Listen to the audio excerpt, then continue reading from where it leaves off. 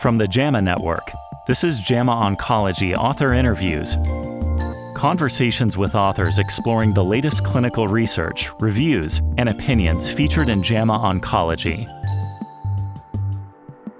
Hello, and welcome to our listeners around the world. You are listening to JAMA Oncology Author Interviews. Thank you so much for joining us. I am Vivek Subbiah, medical oncologist and Chief of Early Phase Drug Development at Sarah Cannon Research Institute, Nashville, Tennessee, and also the JAMA Oncology podcast host for today and the web editor for JAMA Oncology.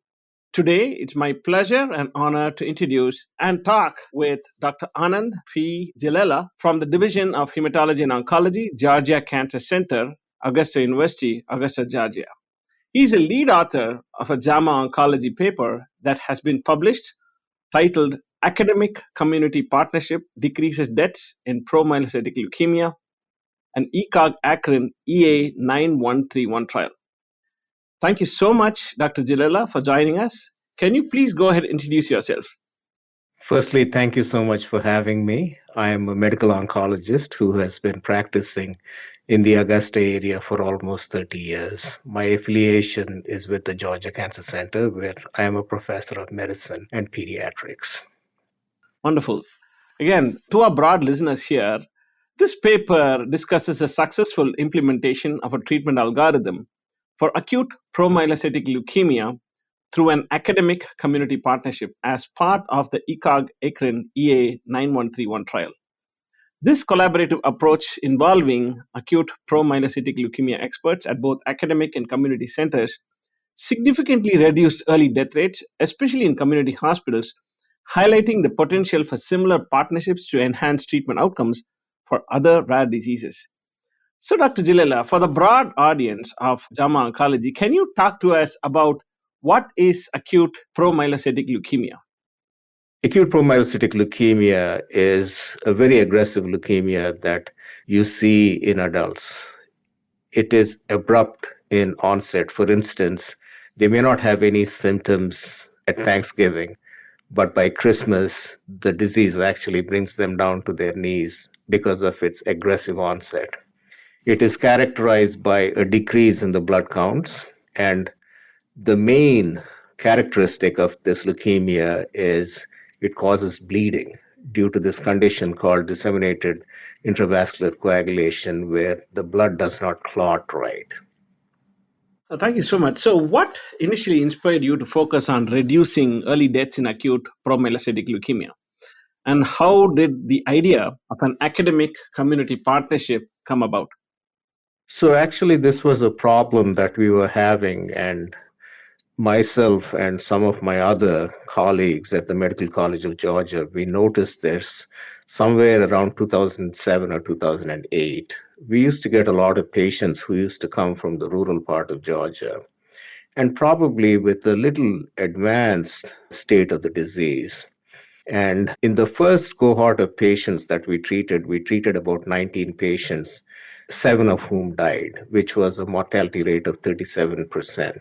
But what we were listening was that in clinical trials, about 90 to 95% of patients were cured, but that was not the case in the community setting. And because we had such a high death rate, it was very frustrating to us. So being the chief of the division at that point, I had to do quality improvement.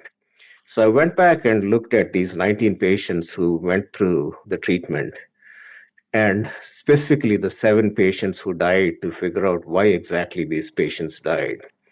And there were actually 3 things that stood out. They either died of bleeding, or they died of complications of the drugs, which is called differentiation syndrome, or they died of infection. As complicated as this disease was, we come to learn that most centers did not have a written algorithm to manage these patients. So the management was basically random. So there were 2 things that we did. The second thing is it's a rare disease. There are approximately 3,000 of these cases in the US per year. And at that point, there were about 15,000 treating oncologists. So it would be 1 patient for every 5 oncologists per year. So you would see this now and you may not see this in 10 years. So management, if you're not seeing it frequently enough, ends up being a problem. So there are two things that we did. One was we wrote a standard operating procedure. We reviewed the literature at that point and developed an algorithm which was about 2 pages, which kind of highlighted this is what you do when you see a patient with acute promyelocytic leukemia. This is how you diagnose them. This is how you manage the complications. This is how you manage bleeding. This is how you manage infection, et cetera, et cetera. And the second thing is we knew it was a rare disease. And if you're not regularly taking care of the patient, you could make mistakes that might result in the patient's demise. So rather than everybody in the department managing the patients, there were just two of us who decided to manage these patients. So going back to your question about why we got into this because we had very negative outcomes and we wanted to fix it. So we tried to figure out what the problems were and then try to figure out a solution for that. That's fascinating. I think this could be a model for other such rare cancers as well. So, talking about the algorithm, you mentioned about the algorithm. Could you explain the key components of the treatment algorithm used in the ECOG-ACRIN EA9131 trial and how it was tailored to address the unique challenges of APL? So there were actually a pilot trial that we conducted prior to the ECOG-ACRIN trial. We did this in the state of Georgia and South Carolina. So we developed the algorithm to make it simple. So if a treating physician saw the algorithm, in one page, you could tell this is what happens. Because these are serious patients, and if you have a manuscript which is about 10 or 15 pages, nobody's going to read it. So it had to precisely tell you this is what you had to do. So in a trial and error fashion, we developed the algorithm. And as things were improving, we actually modified the algorithm or amended the algorithm to make it even more simple and make it even more effective. So in the initial pilot trial that we did in Georgia and South Carolina and the neighboring states, we put 120 patients in the trial, and the death rate actually came down from an estimated 30% to 8.5%. So we took the same algorithm, and the 7 experts who were part of the ECOG consortium, we revised the algorithm again and amended it for the national study. And every time we noticed that a certain thing was working or not working, we changed the algorithm. Fantastic. So let's talk about the role of the expert support, right? So how did the involvement of acute promyelocytic leukemia experts in both academic and community centers contribute to the outcomes observed in the trial? And what were some of the challenges you faced in coordinating this expert support? So, when we initially started the trial, we proposed to the National Cancer Institute that we would use this algorithm, and there would be about 6 or 7 of us who would be available 24/7 as experts. But what the National Cancer Institute felt was who knows that this trial is there, number one, and number two, why are they going to call you? So that was actually a very genuine question. And so we were actually conducting the Leukemia Lymphoma Society trial in Georgia and South Carolina simultaneously. And in order to get support from the community, my co-investigator and I, there are 24 leukemia treating centers in Georgia and South Carolina. We went to 17 of them and we pitched the trial to them. We said, if you have an APL patient, this is the model. You can use our algorithm and you can call us and we can tell you exactly on the phone what to do. Similarly, when we started the ECOG-ACRIN trial too, we actually had to send out emails and letters to centers so they were aware of the trial, number one, and number two, they would call us. And some of the larger centers, we went and visited themselves and presented it either in their tumor boards or in their conferences, making them aware of the trial that we have. So that way it created awareness. And once they started calling us, the rest of the partners got wind of the trial and they would all call us. And we were readily available no matter when they called us. It could be Saturday night or Sunday morning or whenever. The phones were always answered. So they felt that they had the support and they could call us whenever they wanted. Challenges wise, I think getting them to call you the first time was a challenge. I think once they called you and they knew that you were available and the outcomes were improving. And so they started calling us. Even though the trial ended in 2022, a lot of these centers still call us when they have an APL patient. In fact, I answered somebody's call this morning from California.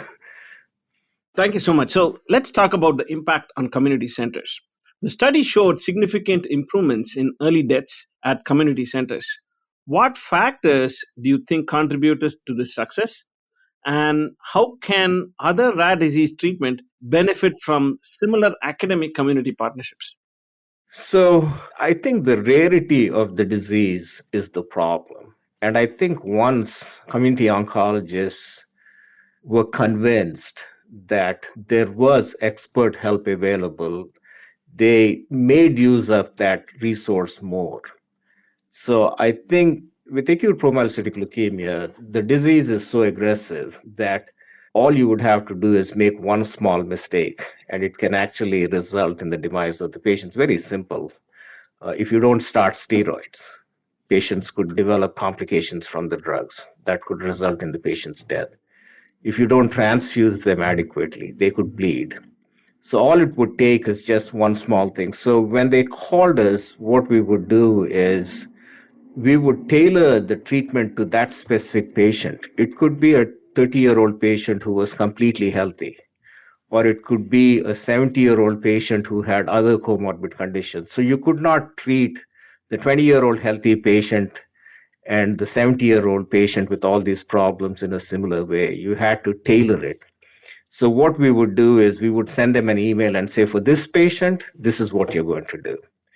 And the challenge was calling them frequently, or they would call us frequently. The thing is, as we got more experience with this, we were able to predict what would happen in the next 5 days and prevent it, not wait for it to happen and then try to figure out how you're going to solve that problem. The key was preventing those complications, preventing bleeding, or preventing differentiation syndrome that the drugs could cause. That was what made it more effective. Thank you so much. I think clearly you used a diverse cohort of patients, young patients, elderly, and high risk patients, and you clearly address the specific needs of the subgroups. And what insights were gained regarding their treatment? Yeah. So in clinical trials, the mortality rate is actually under 5%. It could be about 1 or 2%. If your survival is 95 to 98%, then none of these patients are going to die in the first month. The thing is, in clinical trials, the average age is between 40 and 45. And if you have any problem with organ function, you're not going to be eligible for the trial, meaning you have a bad heart or you have bad lungs or your kidneys are not working, then you wouldn't be eligible. But in this trial, everybody was enrolled. There were no exclusion criteria. You could be 90 years old with all kinds of problems, and they came in with the diagnosis, they were enrolled on the trial. So what did we learn? So what we learned was that the doses of drugs that are given to younger patients are not tolerated by older patients. It clearly causes them differentiation syndrome. In the older patients, they did not die from bleeding. They actually died more from complications of the drugs. So after having a few deaths from our older experience, from the pilot trial, etc., we figured using the same drugs is not going to work. And the way we address deaths is we went back and critically looked at what caused this patient's death. The question was not, this is an 80-year-old with all these health problems. The question was, what did we do or what did we not do that resulted in this patient's demise? And with the subsequent patients, we tried our best not to make the same mistakes. So as we were doing more and more, we got better with our outcomes. So we started making dose modifications based on our experience. So that data actually will be published in subsequent manuscripts that we're going to write on this. But the key was learning from the mistakes that you made and not making the mistakes as you went along. And see, if you look at the original data, 30% of patients were dying.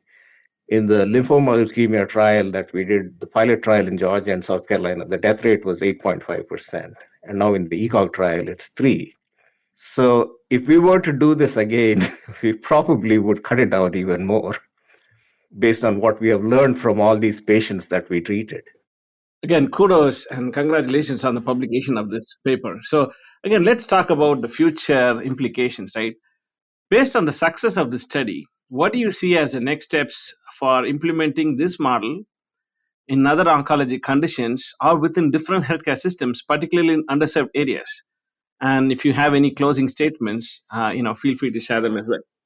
So what do we do with this information? I think the next steps, which is what we are trying to do with the National Cancer Institute, is creating a consortium of experts who would be available to manage this trial. Clearly, there are 2 parts to this. One is using the algorithm. But using the algorithm by itself is not a panacea. You really have to have experts who are going to help manage those patients, because I cannot write an algorithm for a 20-year-old, a 30-year-old, a 50-year-old, and an 80-year-old with all kinds of problems. So the experience that experienced investigators have, I think, is critical. So we would have to set that up in order to make this sustainable. Now, similarly, there are other rare diseases in oncology, and there are drugs that are super complicated. And so having what's called a hub and spoke model, I think, is important, to have a core group of experts who have a passion for that illness, and creating such a model where the community oncologists can pick on your expertise. In the end, the patient needs to benefit. That's all that matters. So if you use that, I think patients will have a better outcome. Actually, they did that in New Mexico in hepatitis C, where they used a hub and spoke model where they were centralized experts at the University of New Mexico. And they were actually talking to primary care physicians and advanced practice providers about how to manage the complications from the drugs. And they tremendously improved the outcome. So this is a model for other things. The thing is, centralized expertise, and with the way we can communicate this day and age, I could talk to them on a phone, or I could send them a text, or I could speak to them like I'm speaking to you. And it's very easy. You just don't have, you could do it anywhere in the world. We actually get calls from outside of the country. They ask us, what should we do here? And it's the easiest thing to do. And there's no good reason for these patients to die. That's unacceptable. I think we've at least shown in this model that we can prevent that. Thank you so much. I'm Vivek Subbiah, and I've been speaking with Dr. Anand P. Jillella, who's a lead author on the paper published in JAMA Oncology, Academic-Community Partnership Decreases Deaths in Promyelocytic Leukemia. This collaborative approach highlights the potential for a similar partnership to enhance treatment outcomes for all other rare cancers. You can find a link to the article in this episode's description. To follow this and other JAMA Network podcasts, please visit us online at jamanetworkaudio.com or search for JAMA Network wherever you get your podcasts. This episode was produced by Daniel Morrow at the JAMA Network. Thanks for listening. This content is protected by copyright by the American Medical Association with all rights reserved, including those for text and data mining, AI training, and similar technologies.